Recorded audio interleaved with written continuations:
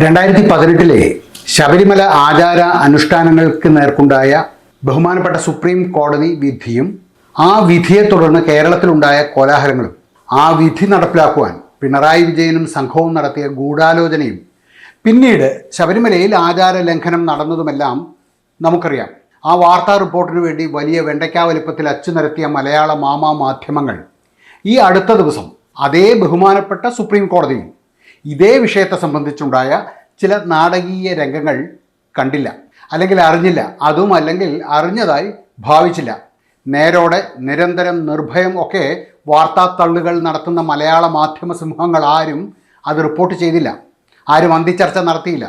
കാരണം ആ വാർത്ത റിപ്പോർട്ട് ചെയ്താൽ അത് ഹിന്ദു സംസ്കാരത്തിന് ഗുണം ചെയ്താലോ, ഹിന്ദു സംസ്കാരത്തെ നശിപ്പിക്കുക എന്ന ഒറ്റ അജണ്ട മാത്രമാണ് മലയാളത്തിലെ എല്ലാ പത്രമാധ്യമങ്ങൾക്കും ചാനലുകൾക്കും ഉള്ളത്. മലയാളി ഇനിയും ഈ മാധ്യമങ്ങളുടെ പേക്കൂത്ത് കാണുവാൻ ടിവിയും തുറന്നു വെച്ച് കണ്ണും തുറന്നിരുന്നു. നമസ്കാരം.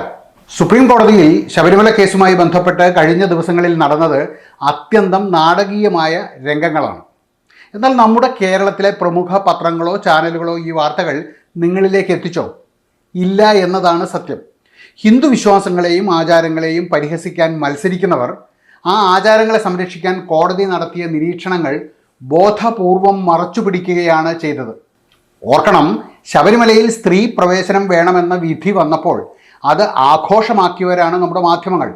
എന്നാൽ ഇന്ന് ആ ഹർജി നൽകിയവരുടെ വിശ്വാസ്യതയെ സുപ്രീം കോടതി തന്നെ പിച്ചി ചീന്തുമ്പോൾ എന്തേ ഈ മാധ്യമങ്ങൾ നിശബ്ദരാകുന്നു? ഇന്ത്യൻ യങ് ലോയേഴ്സ് അസോസിയേഷൻ എന്ന സംഘടനയുടെ താല്പര്യങ്ങളെയും അവരുടെ പ്രസിഡന്റിനെയും കോടതി രൂക്ഷമായ ഭാഷയിൽ വിമർശിച്ച വാർത്ത നമ്മുടെ ചാനലുകളിൽ കാണാത്തത് എന്തുകൊണ്ടാണ്? ഇത് വെറും ഒരു വാർത്താ വിടവല്ല, മറിച്ച് ഹിന്ദു സംസ്കാരത്തോടും വിശ്വാസികളോടും നമ്മുടെ മാധ്യമങ്ങൾ പുലർത്തുന്ന വിവേചനമാണ്. ഭക്തർ അറിഞ്ഞിരിക്കേണ്ട, മാധ്യമങ്ങൾ ഒളിച്ചുവെച്ച ആ സത്യങ്ങൾ നമുക്ക് ഇന്ന് ചർച്ച ചെയ്യാം. വാദം തുടങ്ങിയപ്പോൾ തന്നെ ഹർജി നൽകിയ സംഘടനയുടെ പ്രസിഡന്റ് അഡ്വക്കേറ്റ് നൌഷാദ് അഹമ്മദ് ഖാൻ എതിരെ ജസ്റ്റിസ് എം സുന്ദരേഷ് കടുത്ത പരാമർശമാണ് നടത്തിയത്. ശബരിമലയിലെ ആചാരങ്ങളെ വെല്ലുവിളിക്കുന്നതിന് മുൻപ് നൌഷാദ് ഖാൻ സ്വന്തം വീട് വൃത്തിയാക്കാനാണ്, put his house in order, അതാണ് ശ്രമിക്കേണ്ടിയിരുന്നത് എന്നാണ് അദ്ദേഹം പറഞ്ഞത്. സ്വന്തം ചുറ്റുപാടുള്ള പ്രശ്നങ്ങൾ പരിഹരിക്കാൻ ശ്രമിച്ചിരുന്നെങ്കിൽ ശബരിമലയിൽ ഹർജി നൽകാൻ അദ്ദേഹത്തിന് സമയം കിട്ടുമായിരുന്നില്ല എന്നും കോടതി പരിഹസിച്ചു. കോടതിയുടെ ചോദ്യങ്ങൾക്ക് മുൻപിൽ ഹർജിക്കാരുടെ അഭിഭാഷകൻ രവി പ്രകാശ് ഗുപ്ത നടത്തിയ വെളിപ്പെടുത്തലുകൾ ഞെട്ടിക്കുന്നതായിരുന്നു. നൌഷാദ് അഹമ്മദ് ഖാൻ വെറും ഒരു പേരിന് മാത്രമുള്ള നെയിം സേക്ക് പ്രസിഡന്റ് ആണെന്നും ശബരിമലയെക്കുറിച്ച് അദ്ദേഹത്തിന് ഒന്നും അറിയില്ലായിരുന്നു എന്നുമാണ് അഭിഭാഷകൻ കോടതിയിൽ പറഞ്ഞത്. ഹർജി നൽകിയതിന് ശേഷം നൌഷാദ് ഖാന് ലോകമെമ്പാടുമുള്ള ഭക്തരിൽ നിന്ന് ഭീഷണി സന്ദേശങ്ങൾ ലഭിച്ചിരുന്നതായും അഭിഭാഷകൻ വാദിച്ചു. ഈ കേസിലെ മറ്റൊരു നിർണായക സാന്നിധ്യമായ ജസ്റ്റിസ് ബി നാഗരത്ന ഹർജിക്കാരുടെ താല്പര്യങ്ങളെ ശക്തമായി ചോദ്യം ചെയ്തു. യങ് ലോയേഴ്സ് അസോസിയേഷന് വേറെ പണിയൊന്നുമില്ലേ എന്നായിരുന്നു അവരുടെ ചോദ്യം. കോടതിയുടെ സമയം കളയുന്നതിന് പകരം ബാർ അസോസിയേഷന്റെ ക്ഷേമത്തിനും ഗ്രാമപ്രദേശങ്ങളിൽ നിന്ന് വരുന്ന യുവ അഭിഭാഷകരെ സഹായിക്കുവാനും സംഘടന മുൻകൈ എടുക്കണമെന്ന് അവർ ഉപദേശിച്ചു. നിങ്ങൾ പോയി നിങ്ങളുടെ പണി നോക്കൂ, മൈൻഡ് യുവർ ബിസിനസ് എന്ന് കടുത്ത ഭാഷയിൽ തന്നെ ജസ്റ്റിസ് നാഗരത്ന പ്രതികരിച്ചു. അയ്യപ്പ ഭക്തരുടെ വിശ്വാസങ്ങളെ വെല്ലുവിളിക്കുവാൻ ഒരു നിയമ സംഘടനയ്ക്ക് എങ്ങനെ സാധിക്കുമെന്നും ഈ വിഷയത്തിൽ അവർക്ക് എന്ത് വ്യക്തിപരമായ താല്പര്യമാണ് ഉള്ളത് എന്നും കോടതി ആരാഞ്ഞു. കേവലം പബ്ലിസിറ്റിക്ക് വേണ്ടിയാണോ ഇത്തരം നീക്കങ്ങൾ നടത്തുന്നത് എന്ന അതൃപ്തിയും ജഡ്ജിമാർ പ്രകടിപ്പിച്ചു. കോടതിയുടെ വിലപ്പെട്ട സമയവും വിഭവങ്ങളും ഇത്തരം ഹർജികളിലൂടെ ദുരുപയോഗം ചെയ്യുന്നതിനെ അവർ വിമർശിച്ചു. മാത്രമല്ല, ജസ്റ്റിസ് നാഗരത്നയുടെ അഭിപ്രായത്തിൽ ഇന്നത്തെ പല PILകളും പലവിധ രൂപങ്ങളിലേക്ക് മാറിപ്പോയിരിക്കുന്നു.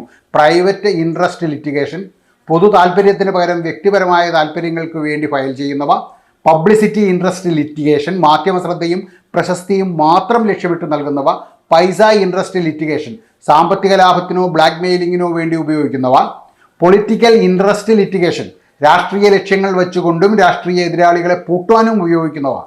യഥാർത്ഥത്തിൽ ഈ ശബരിമല കേസ് ഈ പറഞ്ഞ എല്ലാ ലിറ്റിഗേഷനും ചേർന്ന ഒന്ന് തന്നെ ആയിരുന്നില്ലേ?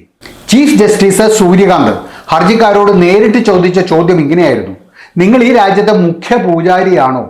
ഇതിൽ നിങ്ങൾക്ക് എന്താണ് കാര്യം? ആചാരങ്ങളെയും വിശ്വാസങ്ങളെയും ചോദ്യം ചെയ്യുവാൻ ഈ സംഘടനയ്ക്ക് എന്ത് അവകാശമാണ് ഉള്ളത് എന്ന് കോടതി ആവർത്തിച്ച് ചോദിച്ചു.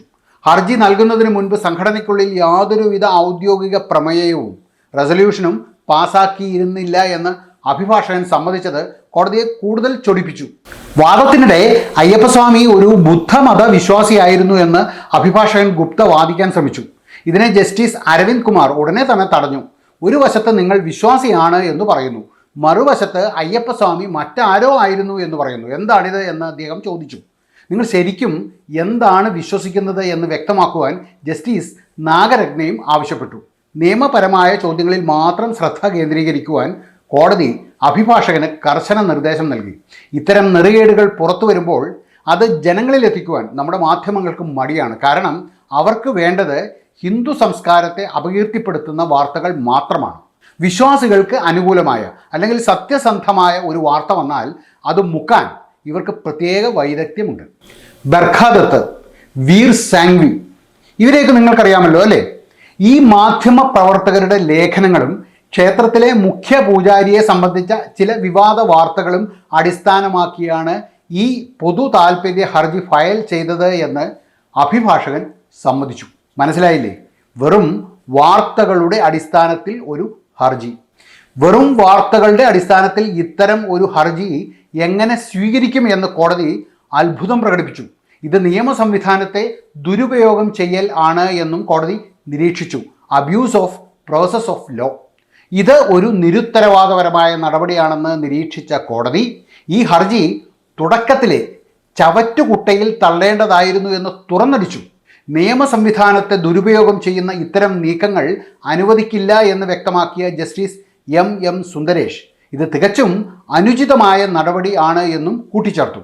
വർഷങ്ങൾക്ക് മുമ്പ് ഭരണഘടനാ ബെഞ്ച് വിധി പറഞ്ഞ കേസാണെങ്കിലും അത് പുനഃപരിശോധനയ്ക്ക് എത്തുമ്പോൾ പഴയ ഹർജിയുടെ അടിസ്ഥാനം തന്നെ ചോദ്യം ചെയ്യപ്പെടുകയാണ്.